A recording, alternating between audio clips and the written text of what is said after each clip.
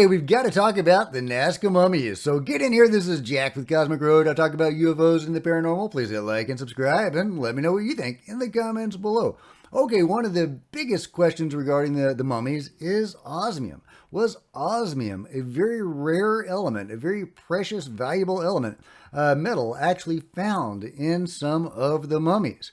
There have been at least two researchers that have talked about finding osmium in at least two specimens. There are questions about that, though. Is that real? Do we need further testing to corroborate that? In one of the papers, the German paper from the German scientist, she did stress the need for further testing to corroborate that.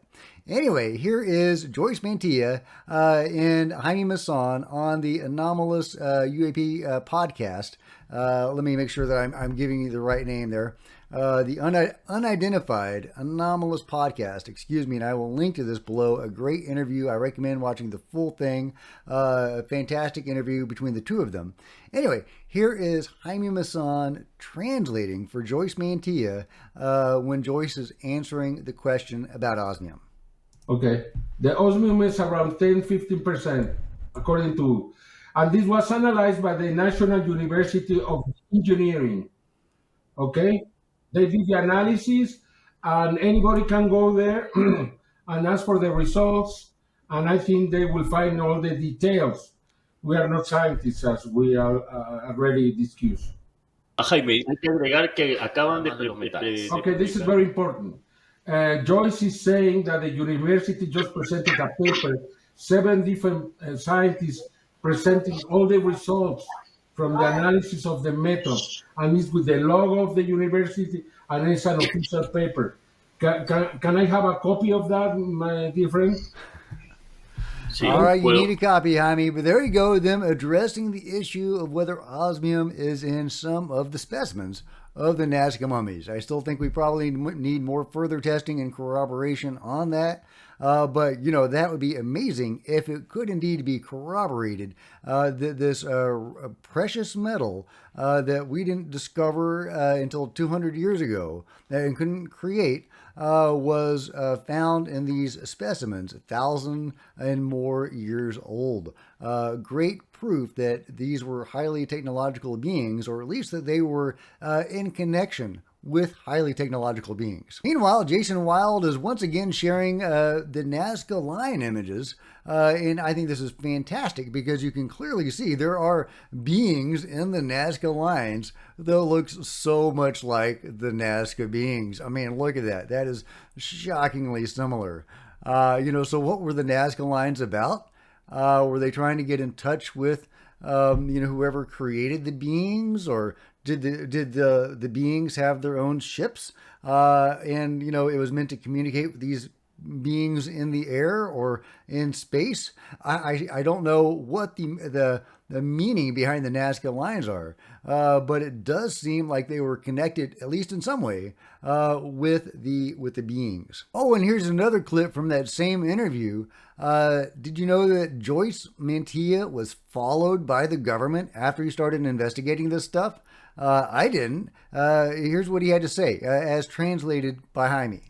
He never thought as a civilian that he would be followed by his own government because he was investigating something like this, and they were trying to follow to see if through him they could find this evidence. We don't know why they wanted this evidence to destroy it or what. We don't know where they are. We can get the evidence, but we don't know where it is. It's being hidden because, as you can understand, it's very difficult. If you remember, in the second press conference we gave in Lima, the authorities went in the middle of that. Yeah, I saw that. Confiscate the bodies. They tried to destroy the conference, and to make scare the American scientists that were there. Yeah. And 2 of them, they got very scared. What is going to happen here? Why the police is here? 20 policemen in the room?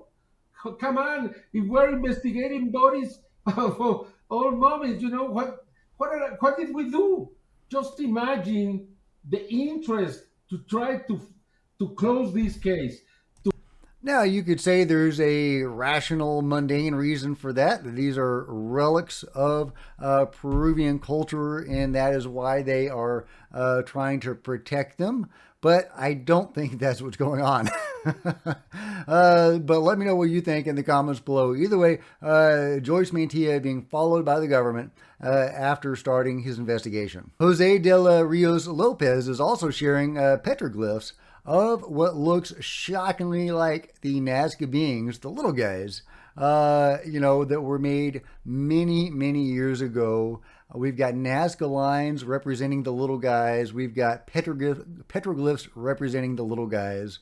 They were clearly known to the humans of the time. I've also shown in past videos how there are petroglyphs around the world showing shockingly similar beings, hinting at a possible global presence of the Nazca beings. And of course, that presence may still be ongoing. As I've shown recently and before, there may be living beings that, again, are extremely similar to the Nazca beings, like the Siberian being, for example, or one of the Siberian beings.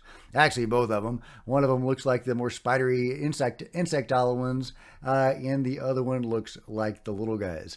But if those cases are true, and those are recently deceased beings, well, there are probably others that are still alive today. Meanwhile, Gonzalo Chavez says this: in the real world, making a llama skull look like a Nazca mummy is actually much harder than doing it on a computer. Beautiful kindergarten art project. Who would have guessed? Oh, yeah, check it out. Somebody actually took a llama skull and tried to turn it into a Nazca mummy. And yeah, it's a pretty good likeness. I like that. They did a good job. But obviously getting the rest of it, getting all of that sanded down and filed away would be pretty challenging. And then putting in veins and arteries. I don't think so. Also, remember, it's not just veins and arteries. These beings have skin all around their bodies, just like every other being, and that skin is unbroken. But there were dolls, and this is really fascinating because among the genuine Nazca beings, they found dolls that looked like the little Nazca beings, and this is just so fascinating. They weren't found with the Nazca humans, they were found with the Nazca beings. I think that's really weird and interesting. Did they have dolls that look like them? Just the same way, human children will have dolls that look like little humans. What is up with these little dolls that the Nazca beings seem to have had? Or did the humans construct these dolls and then place them in with the Nazca beings' bodies? I also wanted to direct your attention to this piece by Lucid Lens, which is a new YouTube channel from this guy right here. And he has a great presentation about the Nazca mummies, about the history of the research into the beings, and the case to date, including some of the newer stuff and the newer information. He lays it all out in a 20-minute segment, and it's really well done. I've got to say, I was really impressed by this. So if you want a primer on the Nazca mummies, be sure to check out this video, and I'll link to it below. Speaking of ancient art that may represent the Nazca beings, what do you think about stuff like this? Is this supposed to represent either the Nazca beings or some other NHI? What's going on there? Now that I can see as just being more of abstract art, as well as that. But that looks an awful lot like some of those spidery looking little fellas. But let me know what you think. Speaking of the similarities between the Siberian being and the little Nazca beings, Nazca Mummies from Twitter has this side-by-side comparison, and adding in some flesh and some colors, showing some of the striking similarities between the Siberian specimen and the Nazca beings, including this little weird thing that sticks off to the side. It's just a really uncanny resemblance to the Siberian being. And I've talked before about the little holes in the cheeks. This GIF is a GIF or GIF. Doesn't show that, but it's another really interesting feature. Oh, and here's what one of the Nazca beings might look like with flesh on it, trying to make it look like the Siberian specimen. And yeah, if you put flesh and bones back on it and, give it some lips, it looks a lot like that one. Also, the Twitter channel Tridactyls, who gave me this awesome Nazca Mummy head. I really love it. Replica Nazca Mummy head, life-size Nazca Mummy head. I just adore this. Thank you, Tridactyls. Has this really good point to make. He says, at the risk of beating a dead llama, two things to shut up the debunkers. One, the llama skull has a pronounced sagittal crest. Josephina does not, allowing for her to possess a concave depression I call the kappa, which lies behind the supraorbital slash cortiform ridge. Two, the llama skull does not possess an occipital protuberance. So if you know what that means, great, but great work, Tridactyls / Ed. But of course, we have more than just the little guys who debunkers think that a llama skull was somehow involved. But we also have human-sized ones and even larger. We have Maria and Montserrat and other human-sized beings that are not llama skulls. There's no llama skull involved with Maria or Montserrat. Or Raphael, the fetus inside Montserrat, who looks to be a tridactyl fetus inside a tridactyl being. So for anybody that thinks the little guys have been debunked, which they absolutely have not, we're talking about more than just the little guys. But there are little guys, and some of them were pregnant when they died, pregnant with eggs. Montserrat would have delivered a live birth. She was more mammalian in that way. But the little guys were egg-laying beings, and this is an image from one of the eggs. This is what was inside one of the eggs, showing what appears to be a fetus. Now, I can't wait for really top-flight researchers to get on this so we can get more detailed images and analysis of what is in those eggs.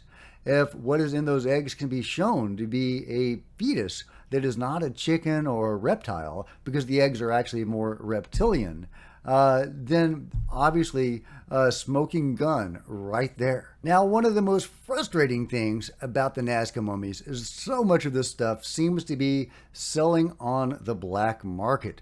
It is just disgusting. Apparently, this breastplate and headdress and probably the body itself has wound up on the black market. So much of this stuff is going, including one of the giant heads apparently was sold to somebody in Hollywood. Apparently there are many, many bodies, and a lot of these bodies and relics are being sold on the black market. So yeah, it's just heartbreaking. Also, this is such a weird specimen. If this is legit, if this is a legit specimen, it looks very fresh. Does it look like the Siberian specimen, which may have been a recently deceased Nazca being or something similar? Hard to tell. This image is just so blurry.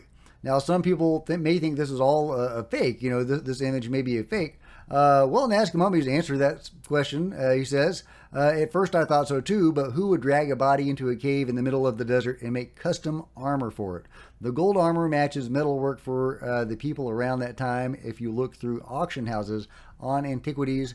Absolutely, it does shockingly resemble a lot of the artwork of the time. It also, the headdresses make me think of some of those beings depicted in the Nazca lines. It's not exact, but this being is depicted as wearing a headdress. Anyway, I would love more information about the weirder aspects of the Nazca Mummy story. Is this legit, or are some of the other weirder aspects legit?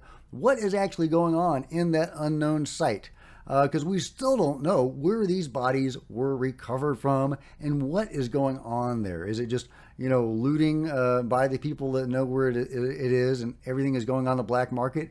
Are they leaving anything for scientists to study in the days to come? Man, I hope so. It breaks my heart to think of so much knowledge and world-changing discoveries being frittered away on the black market. Of course, I have to add that we would not be getting the Nazca Mummy information if not for, crime from South America. We're not going to get UFO disclosure through the front door, sadly. We have to get it through the back door, and this is just one of the prices we pay for getting UFO disclosure through the back door. But it's at a certain point, hopefully in the very near future, pro-disclosure people with some strength behind them can secure the site and prevent looting, and also prevent it from being taken over by places or entities like the Ministry of Culture of Peru. What entity could do that? What entity could secure it from the Ministry of Culture? I don't know. Maybe another bureaucratic body within Peru? Let me know what you think. Anyway, let me know what you think about it all in the comments below. And if you've enjoyed this video, please give me a big thumbs up. I sure appreciate it. Smash the like button, the subscribe button, and the bell to be notified of future videos. You don't want to miss a thing. Join me on social media, Facebook, Twitter, Discord links below. Love to see you guys there. If you wanted to support Cosmic Road in a bigger way, consider grabbing a coffee mug or a t-shirt in the merch store below, or by becoming a channel member. Channel members are rock stars, and I really appreciate your support. Thank you. Meanwhile, there are plenty of other videos on the channel, and I'll see you guys next time. This is Jack with Cosmic Road, signing out.